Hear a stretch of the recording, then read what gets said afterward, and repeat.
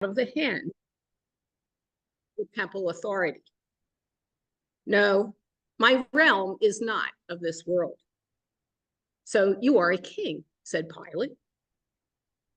You say that I am a king. I was born and came into this world for one purpose: to bear witness to the truth. Everyone who seeks the truth hears my voice. The good news of Jesus the Christ. Praise to you, Lord Jesus Christ.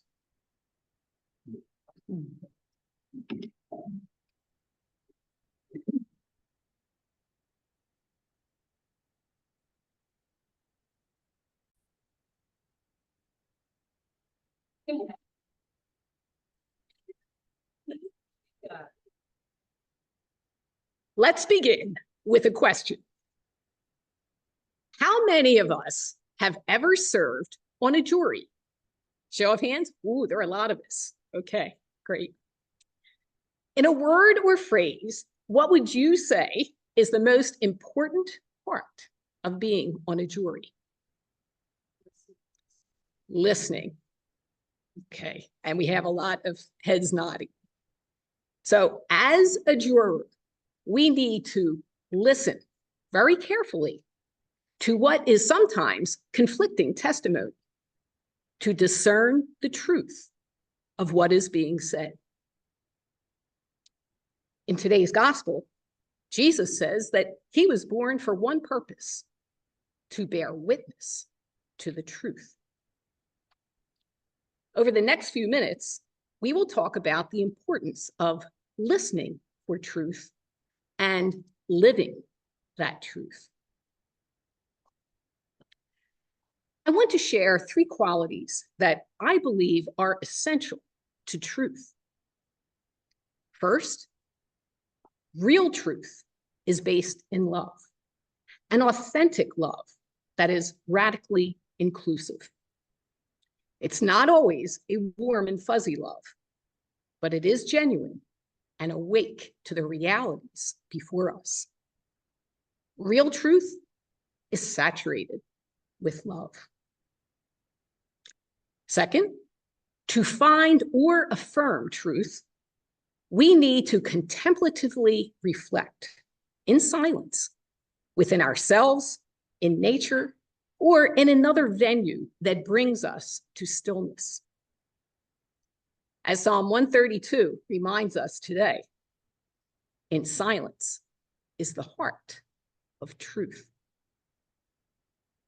Third, we must bring our love-based truth to action.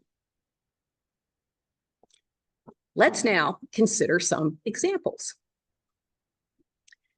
The first one is about modeling truth through the difficulties of life. Shortly after the election, one of my good friends, Janet Battalato, posted her thoughts on Facebook. In the midst of her heartbreak, she shared an affirmation that helped her through her distress and disappointment. She wrote, "I choose to remember to be thankful for what has been given me, and remember what obstacles really mean: a chance for growth." Janet went on to say that no matter what is happening in government, we can model kindness and civility to our children and grandchildren.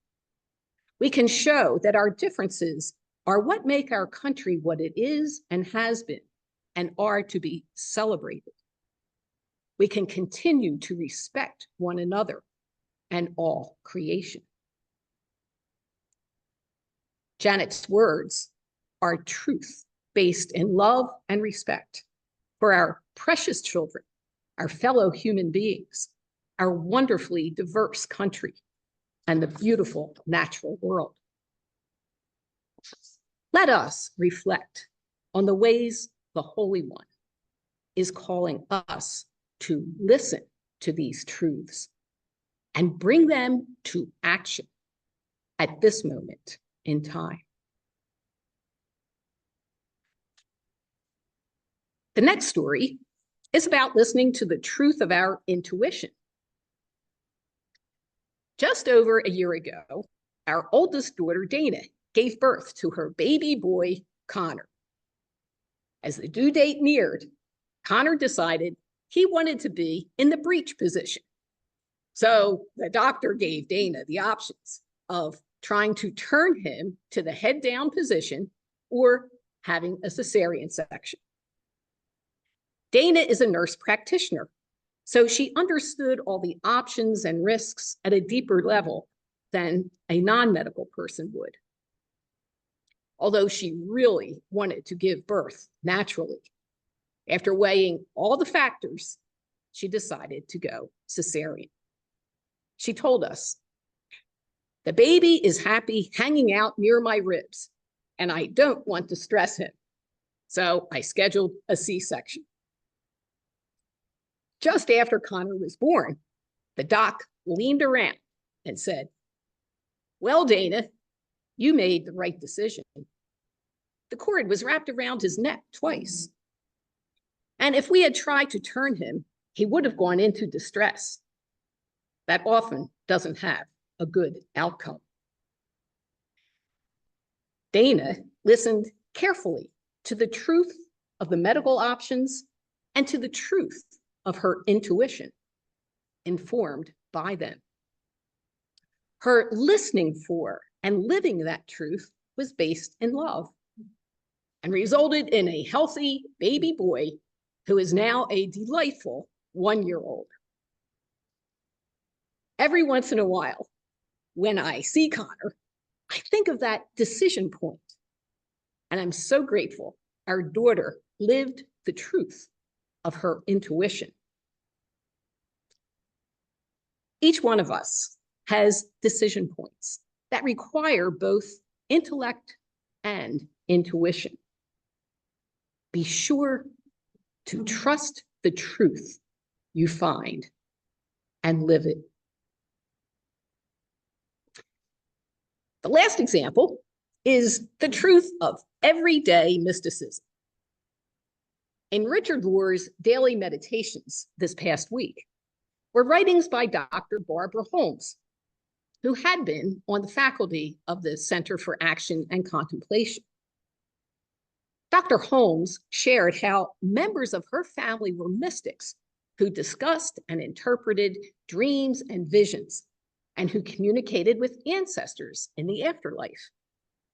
They could offer blessings that assured you of your beautiful self-worth, and their culinary talents could turn an ordinary meal into a divine taste testing.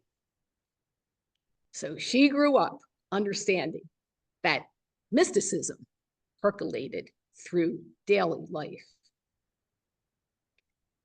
Yet, early on in her academic career, Dr. Holmes tried to suppress the mysticism in herself.